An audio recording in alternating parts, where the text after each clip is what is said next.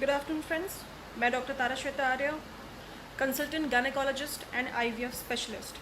आज आप लोगों को एक ऐसी घटना के बारे में बताने के लिए आई हूँ। आप सबको अभी तक मालूम पड़ गया होगा कि राजस्थान में एक महिला की डिलीवरी के दौरान बच्चे की मौत हो गई। और सबसे जो इसमें इम्पॉर्टेंट बात है, जो ध्यान देने वाली बात है, वो ये है कि जो महिला गर्भवती थी, जिनका नाम प्रवीण है, और वो अपने पति इरफान खान, उनके साथ जब उनको दर्द उठा तो वहाँ से उनको राजस्थान में, वो भरतपुर कोई जगह है, वहाँ से उनको रेफ़र कर दिया गया। पहले उनको भेजा गया पीएचसी में, पीएचसी से फिर उनको डिस्ट्रिक्ट अस्पताल में भेजा गया कि आप जिला अस्पताल में चले जाइए, क्योंकि यहाँ पे उनको काफ़ी ब्लीडिंग हो रही है। तो उनको जब जिला अस्पताल लेकर के गए तो वहाँ पे जो डॉक्टर हैं थी ऑन ड्यूटी, जिनका नाम मुनीत वालिया है, उन्होंने उनसे पूछा कि आपका नाम क्या है। सारी चीज़ें पूछने के बाद तो फिर उन्होंने बोला कि मेरा नाम इरफान है, जो गर्भवती महिला थी उनके हस्बैंड। उसके बाद उन्होंने बोला कि आप मुस्लिम हैं, तो उन्होंने कहा जी। तो बोला कि अब तो आपका इलाज यहाँ पर नहीं हो सकता है, और उन्होंने अपने जूनियर डॉक्टर जो ड्यूटी पे होंगे उनको ये बताया कि इनका रेफरल कार्ड बना दीजिए और इनको यहाँ से रेफ़र कर दीजिए। मतलब, और भरतपुर से निकलते निकलते ही वो बाहर नहीं निकल पाए होंगे, उनकी गाड़ी में ही डिलीवरी हो गई और बच्चे की मौत हो गई। ये इतनी शर्मनाक घटिया हरकत है, इतनी शर्मनाक। मैं सबसे पहले उन डॉक्टर से ये पूछना चाहती हूँ कि जिस वक्त आप ओथ लेते हैं अपनी डॉक्टरी कंप्लीट करने के बाद, when you take this oath, कि मैं बिना किसी रिलीजन और इसके कास्टिज़म या किसी भी तरह की इस पर बायस ना होके मैं सीधा अपना जो काम है वो पूर्ण रूप से, वो पूरे दिल से और पूरे मन से, हर एक मरीज़ मेरे लिए उतना ही इम्पॉर्टेंट होगा जितना कि कोई वीआईपी का मरीज़ हो, और ना ही इसका किसी रिलीजन से कोई मतलब होगा। तो आपने ये पेशेंट से पूछा कैसे कि ये मुस्लिम पेशेंट है कि हिंदू पेशेंट है? आज आप मुस्लिम और हिंदू देख के मरीज़ों का इलाज करेंगी? सबसे ज़्यादा मुझे इस मामले में मुझे मीडिया से कंप्लेन है। ये जो गोदी मीडिया जो है, वो जिस तरीके का, ये आज मैंने भी पहली बार ये लफ्ज़ इस्तेमाल किया है, गोदी मीडिया। मैं काफ़ी नाराज़ हूँ। ये जो मीडिया इस तरीके का जो दिखा रहे हैं पूरे हिंदुस्तान में, अब डॉक्टर्स भी इस तरह से फ़र्क करने अगर लग जाएंगे तो मरीज़ों का क्या होगा? ये क्या मतलब हुआ? वो औरत दर्द से करहा रही थी, वो लेबर पेन में थी और वो अबाउट टू डिलीवर कंडीशन में थी। ऐसे में आपने उसको रेफ़र कैसे कर दिया? एंड ये सिर्फ इसलिए क्योंकि वो मुस्लिम थी। ये बेहद शर्मनाक है, बेहद शर्मनाक और निंदनीय। और इसकी मैं पुरजोर आपकी मैं इस मामले में कहती हूँ कि आप डॉक्टर कहलाने लायक नहीं हैं। मुझे शर्म आ रही है ये कहने में। और उससे भी ज़्यादा जो परेशान करने वाली बात है वो ये है कि जो भी मीडिया दिखा रही है, जो तबलीगी जमात के बारे में, और जो ये सब शुरू है कि कोरोना वायरस जो है वो तबलीगी जमात ने बिल्कुल फैला दिया है। मुझे बताइए कि जो पता नहीं आप लोगों को पता है कि नहीं, एक औरत ने सत्संग अटेंड किया था और वहाँ पर वो पॉजिटिव निकली, और जब सत्संग उन्होंने अटेंड किया तो 1500 मरीज़ जो हैं उसमें से 600 से ज़्यादा कोरोना पॉजिटिव हो गए हैं। इस बात को मीडिया ने दिखाया क्या? क्योंकि ये हिंदुओं का मामला है तो नहीं दिखाएंगे। मैं खुद एक हिंदू हूँ, लेकिन मैं खुद बता रही हूँ। आप बार बार तबलीगी जमात के बारे में बोल रहे हैं। अरे भाई, क्या अमेरिका में तबलीगी जमात गई थी कोरोना स्प्रेड करने के लिए? क्या इटली में तबलीगी जमात गई थी कोरोना स्प्रेड करने के लिए? ये क्या तरीका है? अगर कुछ लोग गलत कर रहे हैं तो इसका आप सारा जो ढिकरा है वो सारे कौम पर नहीं फोड़ सकते, ठीक है? और एक बात बताती हूँ कि अभी रामनवमी अभी हाल में ही बीती है। लॉकडाउन था, लेकिन फिर भी रथ यात्रा निकाली गई महाराष्ट्र में। किसके कहने पर? गवर्नमेंट के नाक के नीचे। और क्यों? और आपको पता है उसके बाद महाराष्ट्र में कितने पॉजिटिव केसेस आ गए हैं?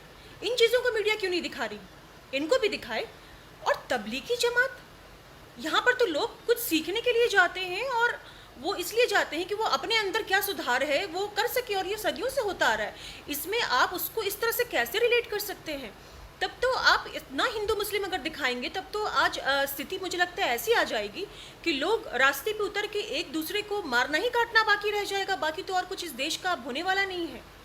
और जो लोग गरीबी से फांसी लगा के आत्महत्या कर रहे हैं, भूखे पेट सो रहे हैं, ऐसी भी तस्वीरें मैंने देखी हैं जिसमें कि बच्चा खाना ढूंढता ढूंढता वो जो खाने के बर्तन होते हैं ना, उसके अंदर घुस के उसकी मौत हो गई है। उसका आधा शरीर उस खाने के बर्तन के अंदर है, जैसे कि भूख की लालसा में उसकी मौत हुई। ये न्यूज़ आप क्यों नहीं दिखाते?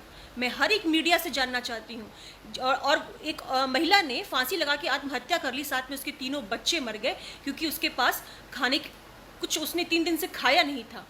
क्या ये आपकी जिम्मेदारी गवर्नमेंट की नहीं बनती, मीडिया की नहीं बनती कि उनको समय से खाना मिले, 2 रोटी गरीब के पेट में जाए? ये आपकी जिम्मेदारी नहीं है। आपकी जिम्मेदारी बस इतना दिखाना है कि कोरोना कैसे तबलीगी जमात ने फैलाया, और बाकी क्या पूरे अमेरिका में, पूरे इटली में, पूरी जर्मनी में और पूरे स्पेन में और चाइना में तबलीगी जमात गए थे कोरोना फैलाने के लिए।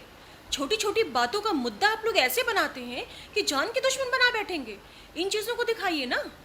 अगर इंसानियत अगर आपके अंदर बची है मीडिया के अंदर, तो मैं आप लोगों से रिक्वेस्ट करती हूँ कि सही चीज़ों को अभी भी दिखाएं, जिनके पीछे जो हमें अभी ज़रूरत है, डॉक्टर्स को जो किट चाहिए उनको दिखाइए। जो हमें हमारी जो स्कार्सिटी है, जो हमारी दिक्कत। मैं हमारे प्रधानमंत्री से एक चीज़ कहना चाहती हूँ कि सर आप आए, आकर के आपने सबको बताया कि दिया जलाना है और 9 बजे ये करना है, ठीक है, we are all agree to that. लेकिन मुझे ये बताइए कि इंडिया कितने % रेडी है ये कोरोना को फेस करने के लिए? क्या आपने डॉक्टरों के साथ एक कुछ कॉन्फ्रेंस की, कोई मीटिंग की? आप तो स्पोर्ट्स पर्सन के साथ मीटिंग कर रहे हैं, वीडियो कॉन्फ्रेंसिंग कर रहे हैं। ये इससे क्या समझ में आता है? हमारा इंडिया कितना प्रिपेयर्ड है, क्या आपने ये बताया उस दिन 9 बजे? क्या आपने बताया कि कितने प्रतिशत हम सब रेडी हैं इस आपदा को अटेंड करने के लिए? इंडिया कितना प्रिपेयर्ड है? हेल्थ डिपार्टमेंट कितना प्रिपेयर्ड है? हम सबके पास पीपीई नहीं है, पर्सनल प्रोटेक्टिव इक्विपमेंट नहीं है। इसको आप कब मुहैया करवाएंगे? इन चीज़ों पे आपका ध्यान क्यों नहीं जाता? और मीडिया को भी मैं कहना चाहती हूँ, जो डॉक्टर्स के साथ हो रहा है उस पर आप लोगों का ध्यान क्यों नहीं जाता? क्या ये आपका फ़र्ज़ नहीं बनता कि आप इस चीज़ को मीडिया में हाईलाइट करें कि डॉक्टर्स के पास आज कुछ सामान, पर्सनल प्रोटेक्टिव इक्विपमेंट नहीं है, तो इस तरीके से वो खुलेआम कोरोना वायरस के पेशेंट को देख रहे हैं, तो इससे तो उनके भी हेल्थ में प्रॉब्लम आ सकती है। क्या ये नहीं नज़र आता? ये पॉइंट नहीं है आपको उठाने के लिए? और मुझे ये कहना है कि आप आए उस दिन सुबह 9 बजे, हमने उम्मीद की थी कि आप हमें ये बताएंगे कि हमारा देश कितना प्रतिशत रेडी है इस महामारी को फेस करने के लिए। ये आपने बताया ही नहीं, इस पर आपने कोई चर्चा ही नहीं की। आपने सिर्फ, ठीक है, दिया जलाने पे चर्चा की, करेंगे, हम दिया जलाएंगे, लेकिन आप जो मेन मुद्दा है उस पर भी तो चर्चा करेंगे ना। This is to my prime minister, just tell us how much we are ready to face this coronavirus, how much kits are now ready, and what about the PPE sets? Where are they? When will we get this? In Bihar we have got only 3 centers, only 3 centers with such a huge amount of people residing here. 38 districts are there and only 3 centers are there to do the COVID-19 test. Why? आप test के लिए हमें भेजिए ना। Test के लिए ज़्यादा से ज़्यादा आप लैबोरेटरीज वगैरह खड़ा करें, टेम्परेरी खड़ा करें। आपको इस पर ध्यान देना चाहिए, ना कि ये कि हम दिया जलाएंगे और हम क्या करेंगे। ठीक है, हम सब हिंदुस्तानी है कि जब सब मरने लगते हैं तो सबकी ताकत एक ही हो जाती है, लेकिन हम डॉक्टरों की मजबूरी ये तो आपको समझनी होगी।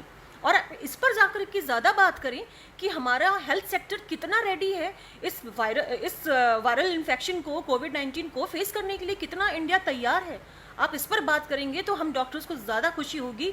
और मीडिया को भी मैं कहती हूँ, आप इससे अगर प्रधानमंत्री से या बाकी लोगों से सवाल करें तो मुझे ज़्यादा खुशी होगी। आप इस पर चर्चा करें मीडिया में कि हमारा देश कितने प्रतिशत तैयार है कोविड-19 को फेस करने के लिए। इस पर हमें चर्चा करनी चाहिए।